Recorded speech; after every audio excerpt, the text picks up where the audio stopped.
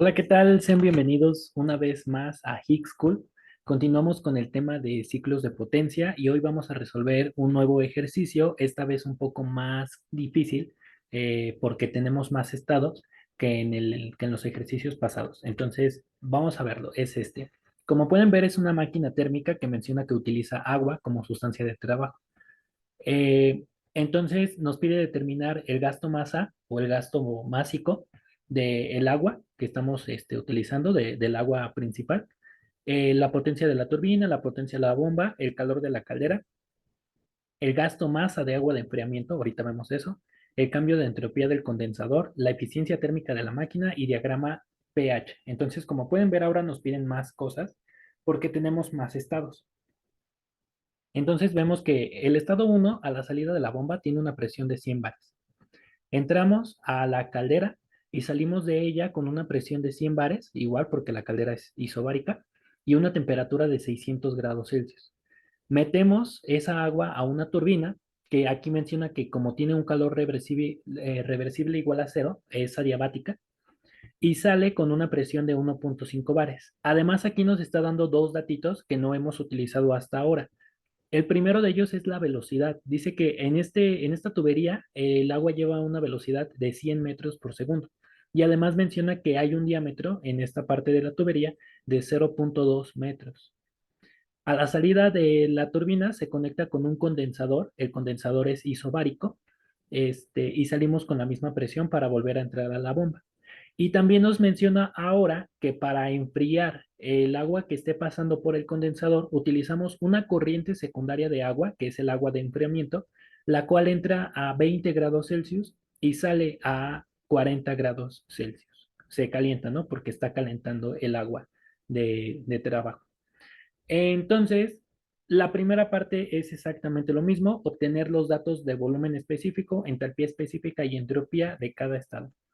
Entonces, vamos a analizar cada uno de los estados por separado. En el primer estado sabemos que la presión es de 100 bares, pero realmente es lo único que sabemos. Podemos meternos a las tablas, pero no va a servir de nada porque nada más conocemos la presión. Podemos decir, bueno, es un líquido comprimido. Ok, pero aún así necesitaríamos la temperatura para poder obtener los datos de las tablas. Entonces, no tenemos información, así que en este estado número uno no hay información suficiente en este momento. No hay información suficiente. Así que lo dejamos así y pasamos al siguiente estado. En el estado número 2 sabemos que la presión se mantiene a 100 bares y la temperatura aumenta hasta 600 grados Celsius. Entonces, si nos metemos a las tablas a 100 bares, nos damos cuenta que la temperatura de saturación es de 311 grados Celsius. Por lo tanto, la temperatura que necesitamos es mayor a esa temperatura de saturación. Estamos calentando de más. Así que tenemos un vapor sobrecalentado. Nos vamos a las tablas de vapor sobrecalentado a 100 bares y una temperatura de 600 grados Celsius. Y tenemos que el volumen en el estado 2 es de 0.038378 metros cúbicos por kilogramo. La entalpía en el estado 2 es de 3625.758 kilojoules por kilogramo y la entropía 2 es de 6.904475 kilojoules por kilogramo Kelvin. Y listo, en el estado 2 ya tenemos todos los datos. Pasemos al siguiente. En el estado número 3 sabemos que la presión baja a 1.5 bares. Y como del 2 a 3 estamos pasando por la turbina es adiabática, por lo tanto la entropía en el estado 2 tiene que ser la misma en el estado 3, 6.904475.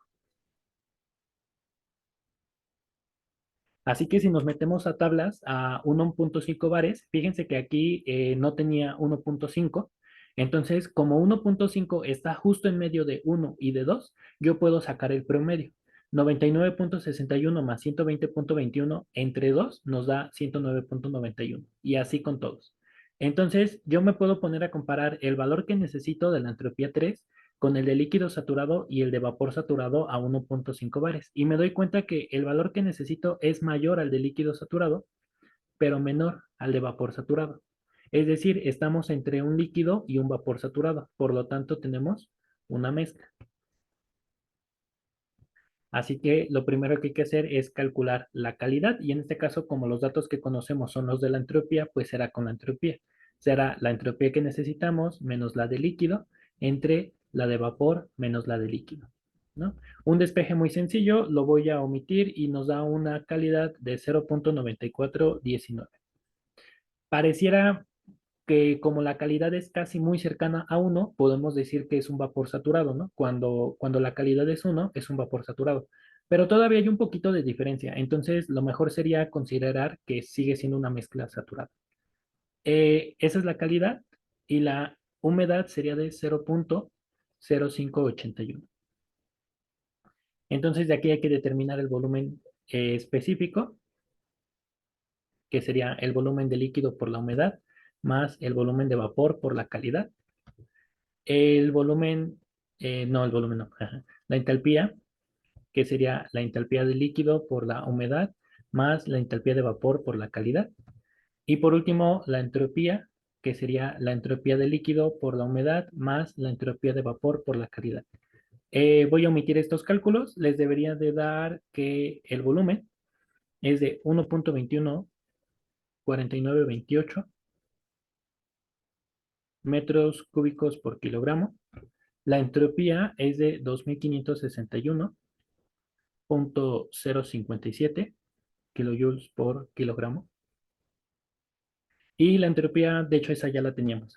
Es el valor en el que nos basamos, 6.904475.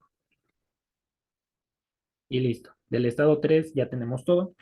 En el último estado, pareciera que también nos hace falta información porque nada más menciona que tenemos 1.5 bares de presión.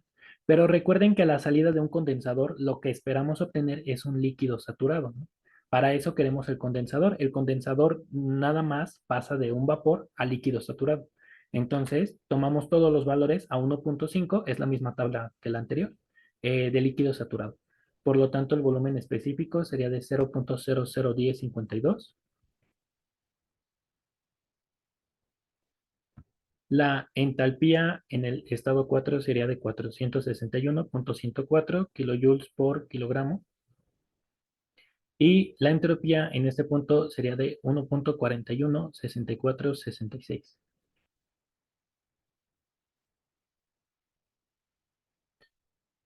Muy bien. Ahora tenemos también que determinar las propiedades del estado 5 y 6, que son los del agua de enfriamiento. Entonces, el estado 5 y 6, tenemos una pequeña situación. En el estado 5, nada más sabemos que la temperatura en ese estado es de 20 grados Celsius.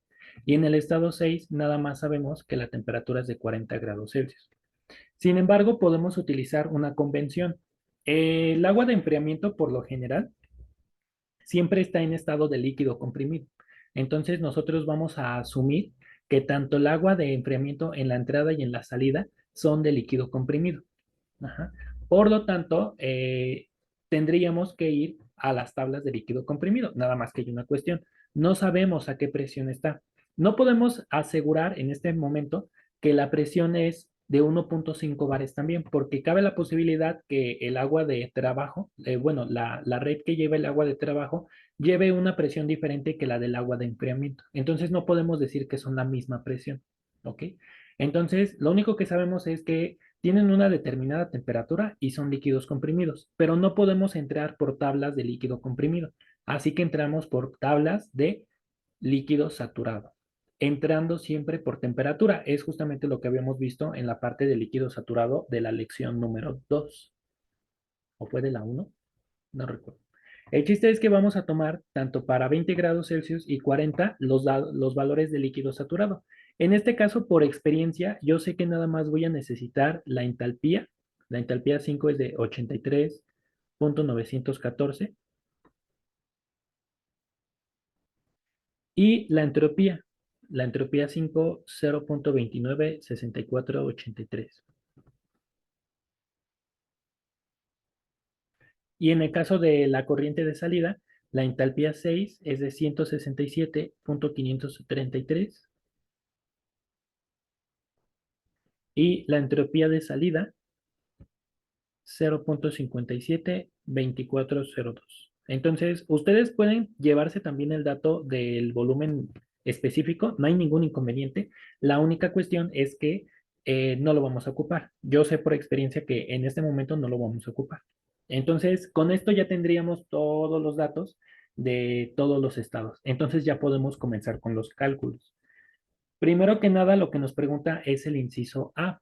El inciso A nos pregunta el gasto masa del agua de trabajo. Entonces, en los ejercicios pasados ya nos hacían el favor de decirnos cuál era el gasto masa. En este caso no nos están dando cuál es el valor de ese gasto masa. Sin embargo, nos están diciendo que en una parte del ciclo hay una tubería con determinado diámetro por el que circula el agua a una determinada velocidad.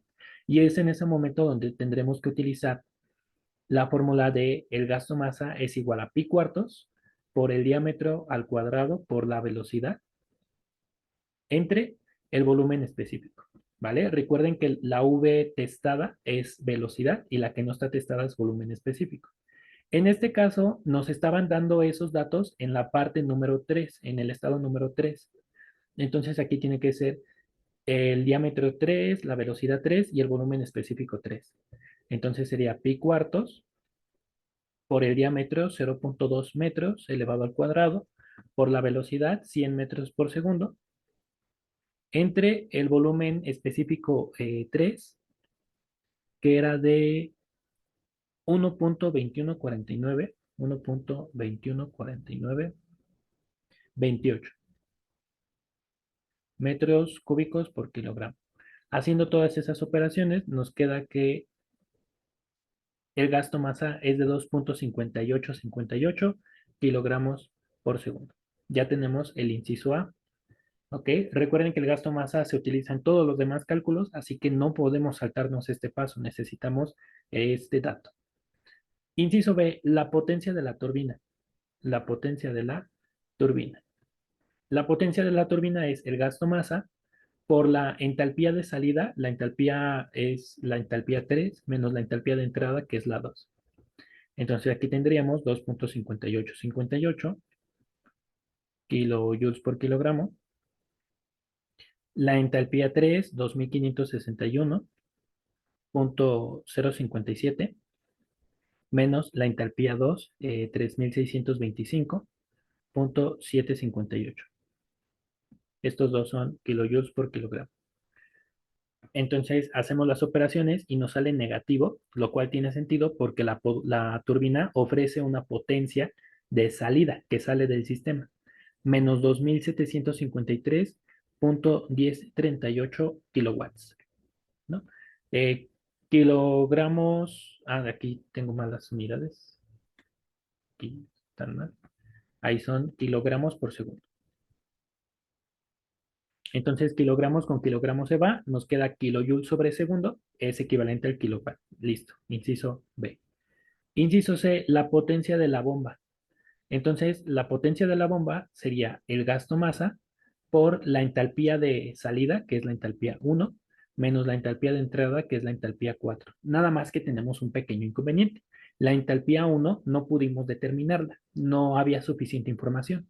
Entonces, tendremos que usar la otra fórmula el gasto masa por el volumen específico de la entrada, que sería el volumen específico 4, por la presión de salida 1, menos la presión de entrada 4, por un factor de conversión de 100, ¿no? Ya recuerdan del primer video de ejercicio que este factor de conversión es para convertir de bares a kilopascales, ¿ok? Y con eso ya poder tener kilowatts a la salida. Entonces aquí sería 2.5858 kilogramos por segundo por el volumen 4 de 0.001052 metros cúbicos por kilogramo. Por las presiones sale a 100, entra a 1.5 y esos son bares. Y el factor de conversión que convierte de bares a kilopascales, ¿no? Con todo eso nos queda que la potencia de la bomba es de 26.7946 kilowatts.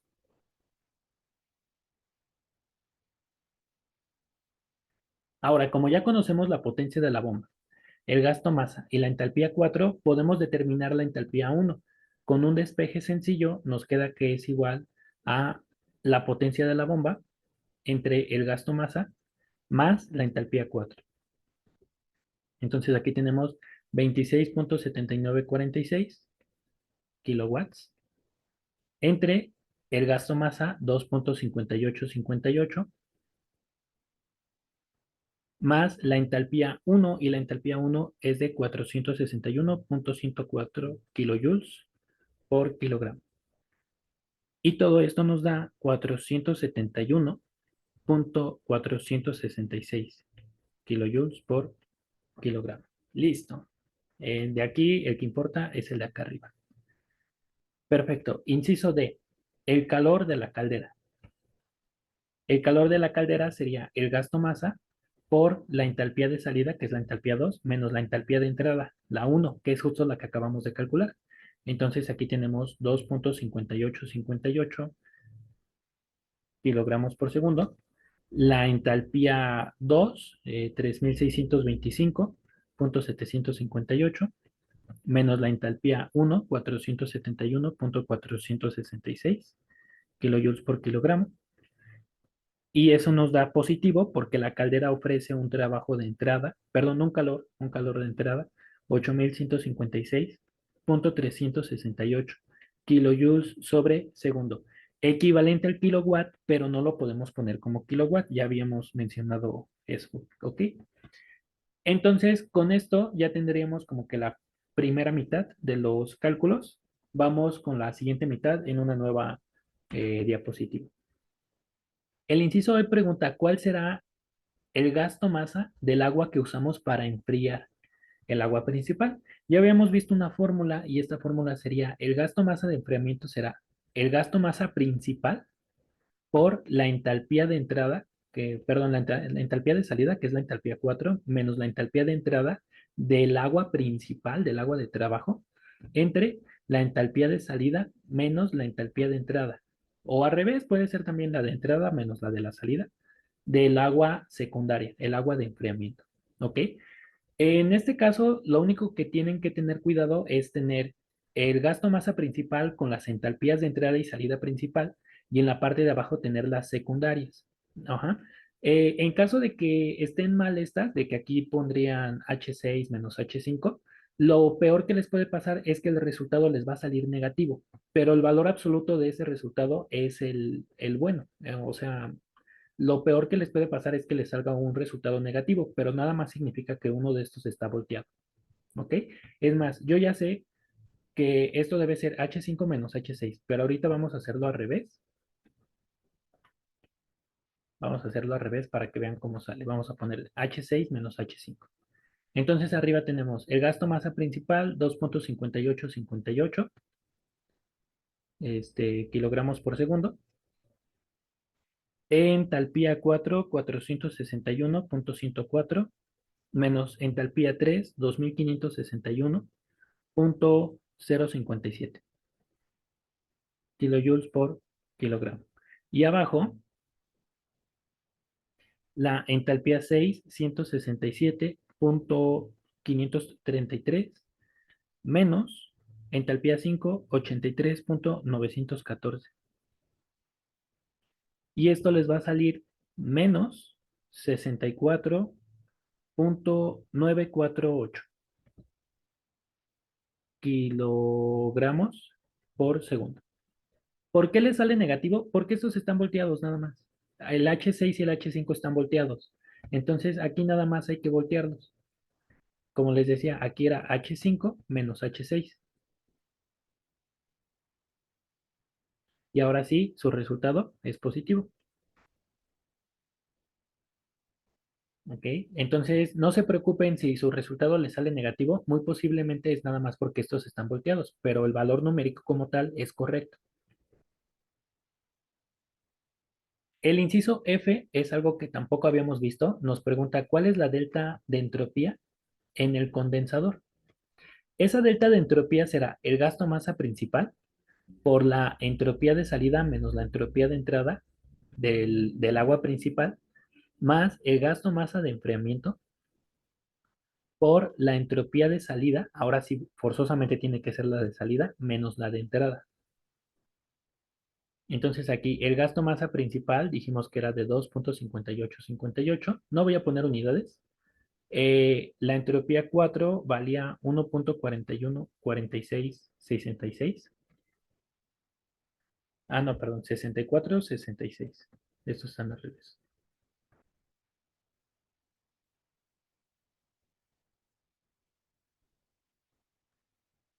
Menos la entalpía 3 de 6,904475. Más el gasto masa de enfriamiento que ya calculamos, 64,948 por la entropía 6, 0,572402 menos 0,296483.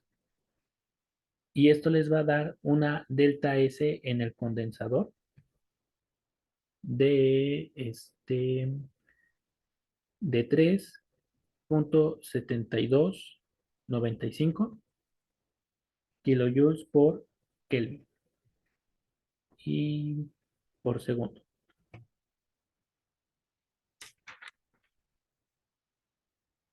Sí, también hay que considerar el segundo. Kilojoules por segundo Kelvin. ¿Ok?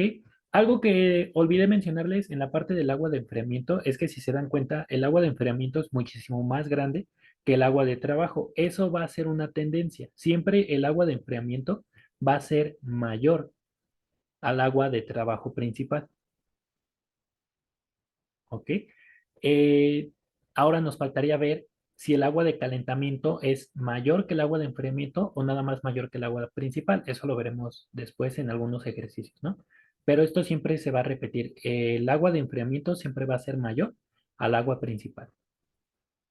Y ahora el inciso G pregunta, ¿cuál será la eficiencia de la máquina térmica? Pues la eficiencia, ya habíamos dicho, es el trabajo que ofrece la turbina en valor absoluto menos el trabajo que consume la bomba entre el calor absorbido gracias a la caldera. Entonces, la potencia de la turbina es de 2753,1038 kilowatts. No pongo unidades porque se van a cancelar. Menos 26,7946, que son los de la bomba, entre 8000, perdón, ahí se me fue el dedo. Vamos a borrar también esa porque salió muy chueca. Entre, ahí está, 8156,368 kilojoules por segundo, que son los de la caldera. Y eso nos da una eficiencia de 0,3343, un 33,43% de eficiencia. Y por último, un diagrama pH, en este caso las presiones que tenemos nada más son dos, 1,5 y 100. Pueden también colocar los valores de las entalpías. No es necesario porque se pueden guiar directamente con el estado en el que está cada parte del sistema, ¿no? Entonces voy a bajar tantito más esta aquí. Entonces el primer estado está a 100 grados, perdón, a 100 bares y es un líquido comprimido. Entonces yo lo puedo colocar más o menos aquí. Este es el estado 1. El estado 2 también se mantiene a 100 bares, nada más que ese es un líquido, un vapor sobrecalentado, lo voy a poner acá. El tercer estado está a 1,5 bares y es una mezcla con una calidad de 0,94, entonces va a estar muy pegadito a la línea de vapor saturado, el estado 3. Y el último estado, líquido comprimido a 1,5 bares, lo voy a poner por acá. Así que de 1 a 2 se mantiene isobárico, así que es una línea vertical. De 2 a 3 adiabático, así que es una curvita. De 3 a 4 también es adiabático, es el condensador.